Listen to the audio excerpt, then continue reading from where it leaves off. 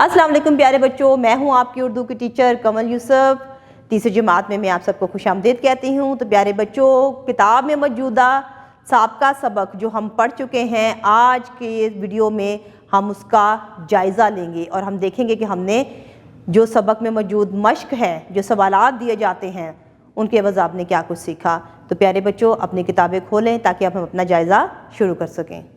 جائزہ نمبر 2، زبانی اظہار۔ نمبر 1، دیے گئے الفاظ غور سے سنیں اور بتائیے کہ یہ الفاظ آپ کن مواقع پر بولتے ہیں۔ شکریہ، افسوس اور معذرت۔ نمبر 2، 5 جملوں میں بتائیے کہ بحیثیت طالب علم آپ اپنے ملک کے لیے کیا کرنا چاہتے ہیں۔ تو پیارے بچوں، اپنی صلاحیت کو مد نظر رکھتے ہوئے آپ بتائیے کہ آپ بطور طالب علم اپنے ملک کی کیا کیا خدمات کرنا چاہتے ہیں۔ لفظوں کا کھیل۔ نمبر 3، دیے گئے الفاظ کا درست املا اپنی کاپی میں لکھیں۔ تو پیارے بچوں، یہ الفاظ جن میں کچھ حروف جو ہیں وہ غلط لکھے گئے ہیں، ان کو آپ نے درست کر کے دوبارہ اپنی کاپی میں لکھنا ہے۔ ہسپتال، انسان، حقوق، ثابت، مرض اور عافیت پڑھیں۔ نمبر 4، سبق عید الاضحیٰ کا پیغام میں سے اپنی پسند کا پیراگراف پڑھ کر ساتھیوں کو سنائیے۔ تو پیارے بچوں، آپ سب نے اپنا اپنا پسند کا پیراگراف سبق عید الاضحیٰ میں سے پڑھنا ہے اور اپنے ساتھیوں کو سنانا ہے۔ قواعد۔ نمبر 5، درست حروف جار کی مدد سے جملے مکمل کریں۔ الف، جگ میں پانی ہے۔ ب، درخت پر چڑیا کا گھونسلہ ہے۔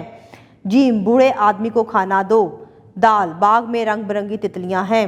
نمبر 6، دیے گئے استفہامی جملوں کو انکاری جملوں میں تبدیل کر کے اپنی کاپی میں لکھیں۔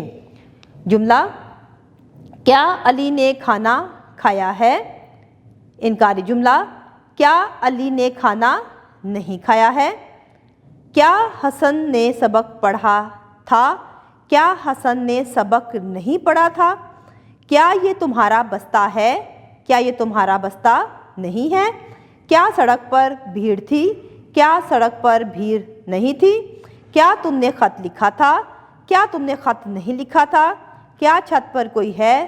کیا چھت پر کوئی نہیں ہے؟ تخلیقی لکھائی۔ نمبر 7، کم از کم 8 جملے اپنی کاپی میں لکھ کر واضح کریں کہ درخت ہمارے لیے کیوں ضروری ہے۔ تو پیارے بچوں، آپ نے درختوں کی اہمیت رکھتے ہوئے ہماری زندگی میں کیا ہے، 8 جملے کم از کم اپنی کاپی میں لکھنے